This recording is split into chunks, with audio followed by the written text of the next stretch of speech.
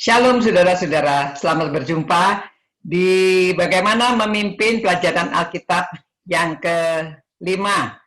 Ya, kalau kita sudah belajar dari yang pertama sampai keempat dari Perjanjian Baru, kali ini saya mengambil bahan dari Perjanjian Lama, ya. Dari Perjanjian Lama, 2 Raja-Raja pasal 5 ayat 1 sampai 19a. Nah, kita lihat bahwa ya dari 2 Raja-Raja 5 1 sampai 19a kita beri ya kita ini dipasang di slideshow dulu supaya lebih jelas ya.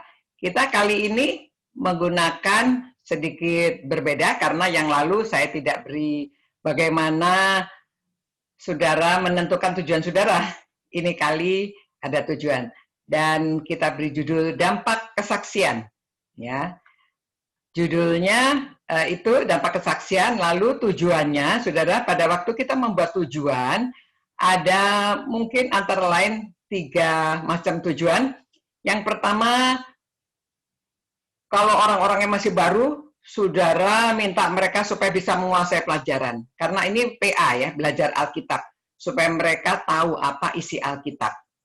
Nah, yang kedua, nanti kalau mereka sudah beberapa kali belajar, sudah tahu firman Tuhan, bawalah mereka kepada mengambil keputusan. Jadi saya memberinya metode-metodenya ya, sampai mereka mengambil keputusan. Yang ketiga, terampil melakukan sesuatu. Jadi nanti pelajaran yang keenam, bagaimana orang mengambil keputusan, memimpin sampai mereka ambil keputusan. Yang ketujuh, bagaimana kita membekali mereka waktu PA supaya mereka bisa terampil melakukan sesuatu. Nah, saudara, ini kali kita belajar bagaimana mereka bisa menguasai Alkitab, ya, menguasai pelajaran. Maka Anda harus meminta peserta untuk membaca beberapa kali dengan berbagai metode sehingga mereka dapat menguasai pelajaran Alkitab. Memang bukan baca lagi bahannya yang dibaca ya, tetapi dengan berbagai metode, dengan sendirinya nanti si muridnya belajar. Ya, ini kali guru sudah mencari apa inti pelajarannya. Jadi saudara, pelajaran dari sini saya berikan inti pesannya. Jadi capek ya, cari pesannya. Pesannya setiap orang yang sudah menerima kabar baik perlu menyampaikan kepada orang yang membutuhkan, sehingga hati mereka dapat terbuka untuk menerima Tuhan Yesus. Belajar di Perjanjian Lama, saudara, kalau kita di Perjanjian Lama, orang sampai mengenal Allah. Tetapi sekarang sudah eranya, sudah ada Perjanjian Baru, dan sudah Tuhan Yesus sudah datang, maka kita memperkenalkan orang kepada Tuhan Yesus, ya, supaya mereka beroleh keselamatan. Nah, itu kan yang penting ya. Jadi kemudian kita sekarang langkah-langkahnya, ya, bagaimana langkah-langkahnya. Berikutnya, kalau tujuan itu supaya peserta PA menguasai Alkitab, peristiwa-peristiwa yang terjadi dalam 2 Raja-Raja pasal 5, 1-19, maka kita menggunakan metode yang satu, menceritakan kembali seluruh ceritanya. Jadi setelah mereka baca, saudara nanti ya, minta mereka coba diceritakan kembali. Nah ini namanya indikatornya ya, indikatornya itu kalau buktinya kalau mereka itu sudah menguasai, mereka dapat menceritakan kembali. Yang kedua, mereka bisa menjelaskan siapa karakter tokoh atau tokoh-tokoh dalam cerita itu. Ya. Lalu yang ketiga, mereka bisa mendramakan peristiwa yang terjadi. Nah, yang keempatnya ini metodenya supaya mereka mengulangi bacaannya. Mereka merangkum pelajarannya. Nah, saudara, itu tadi langkah-langkahnya ya. Jadi begini, waktu saudara mulai mengajar, kasih pendahuluan, cerita, kesaksian, bagaimana orang memberitahu sesuatu sehingga orang dapat misalnya cari dokter atau bagaimana peristiwanya sampai orang itu karena diberitahu maka mereka dapat sembuh ya. Selain berdoa, tentunya kuasanya dari Tuhan, tetapi kita sebagai manusia perlu diberitahu jalannya. Nah, ini Bado baca kemudian doa, sesudah berdoa ya, lalu memberitahu bahwa Alkitab ada juga cerita yang serupa. Ya, nanti kita juga berdoa minta pimpinan Roh Kudus. Tuhan, kami datang padamu dan mohon Roh Kudus memimpin kami, biarlah kami dapat belajar karena penerangan dari Roh Kudus supaya kami dapat mengerti firman-Mu dan dapat menyampaikan dengan jelas kepada orang lain sehingga orang lain mau melaksanakan pesan Tuhan. Terima kasih Tuhan, demi nama Yesus Kristus kami berdoa. Amin. Nah, saudara-saudara, beritahu bahwa Alkitab juga ada cerita yang serupa. Jadi minta mereka membaca setelah tapi saudara sebelum mereka baca beritahu, nanti saya minta saudara-saudara untuk menceritakan ulang. Dengan demikian mereka memperhatikan. Kadang-kadang kalau orang lain yang baca mereka tidak memperhatikan. Jadi kalau saudara memberitahu, saya minta nanti saudara menceritakan ulang loh. Dengan demikian mereka memperhatikan, ya. Nah, kemudian yang berikutnya kan kita mencari kebenaran. Ya. Pada waktu mereka menceritakan kembali, nah mendapatkan juga kebenarannya.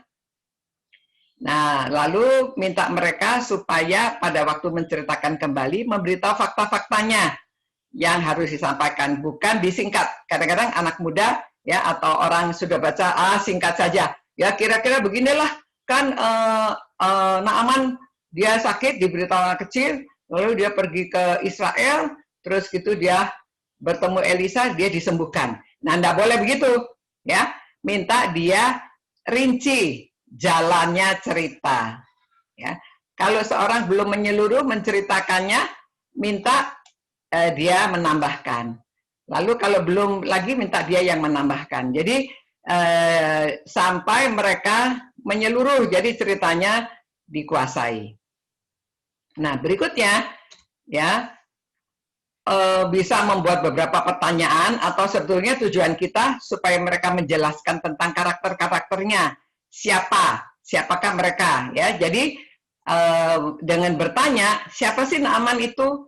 Atau siapa gadis kecil itu, siapa pegawai-pegawainya, atau siapa raja dan lain-lainnya. Kalau mereka bisa mengeluarkan pertanyaan, saudara, anak muda, orang tua pun mereka akan senang karena mereka dihargai.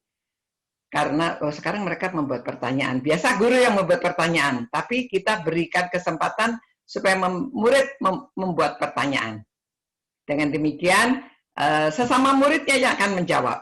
Dia bertanya, setiap orang coba cari pertanyaan. Dengan demikian, kan dia membaca lagi Alkitabnya. Jadi saudara, itu metode supaya dia baca lagi sampai dia menguasai isinya.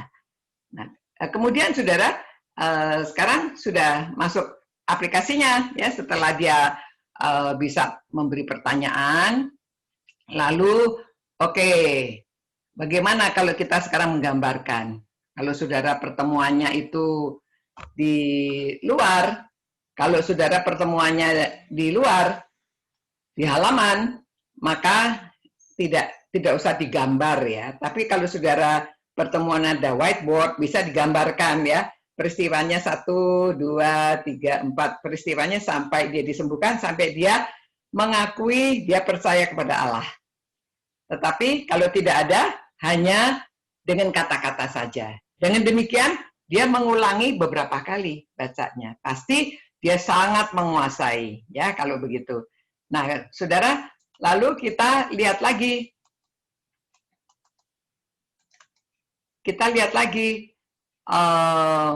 Kalau dia sudah bisa menguasai semua, bagaimana kalau kita dramakan? Ya, minta mereka mendramakan. Dengan mendramakan, mereka pelajari lagi apa dialognya, dia kira-kira mengatakan apa. Jadi imajinasinya, ini kreatif ya saudara ya. Jadi kita bawa mereka aktif berpikir dan mereka menciptakan. Ya, dengan membuat drama, mereka menciptakan dialognya ditambah. Mungkin kira-kira ya kadang-kadang itu bisa terjadi yang lucu dan juga mengesankan. Kita tidak tahu. Menggali pikiran mereka supaya mereka dapat mengekspresikan. Nah, setelah demikian, maka kita minta mereka menyimpulkan. Nah, ini aplikasinya ya, sudah masuk ke dalam aplikasi. Nah, sekarang bagaimana penerapannya? Setelah murid bisa menyimpulkan, berarti mereka sudah menguasai. Saudara bayangkan tadi berapa kali mereka membaca?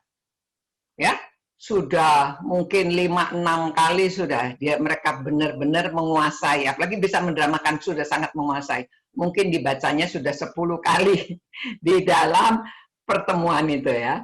Nah, lalu saudara sekarang gilirannya yang bicara. Kalau tadi murid terus mereka yang digali, namanya juga PA ya. Jangan terus gurunya yang bicara, tetapi murid supaya mereka aktif, mereka yang berbicara dan mereka yang menemukan apa yang mereka pelajari.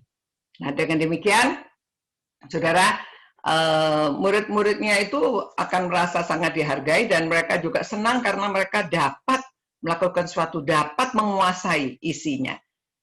Akhirnya saudara yang merangkum, beritahu bahwa Naaman itu seorang jenderal yang tadinya dia tidak mengenal Tuhan, atau sekarang itu sesudah dia pengalaman ini, akhirnya dia dapat percaya kepada Allahnya orang Israel. Nah, siapa yang berperan penting di sini? Karena ada anak kecil yang memberitahu. Dan juga sebetulnya pegawai-pegawainya itu juga berperan ya, karena pegawainya memberitahu Naaman, Pak, masa begitu aja nggak mau? Mandilah, disuruh mandi 7 kali. Kan ini nabi yang terkenal ya, banyak mujizat dilakukan. Nanti kalau Bapak disuruh yang lebih sulit kan mau, masa cuma mandi aja nggak mau? Akhirnya, nah ini perannya ya, peran orang memberitahu. Peran, jadi guru atau pemimpin itu perlu menguasai dulu dan juga yakin. Dengan demikian dia dapat menyampaikan kepada murid-muridnya. Jadi saudara beri saran. Nah, apa dampak dari kesaksian gadis kecil itu? Dampaknya sampai seorang jenderal bisa percaya. Anak kecil yang memberitahu, tapi jenderal itu percaya. Memang bukan dia, karena dia, Roh Kudus yang bekerja, Allah mau menyelamatkan dia, akhirnya dia diselamatkan. Demikian juga nanti perannya ya, beritahu peserta PA ini, saudara juga bisa menjadi seperti anak kecil itu, hanya memberitahu. Yang berkuasa Roh Kudus yang menyelamatkan orang, bukan saudara. Jadi saudara dapat mengambil bagian dalam karya keselamatan Tuhan. Nah, akhirnya saudara beritahu bahwa itu yang harus mereka lakukan.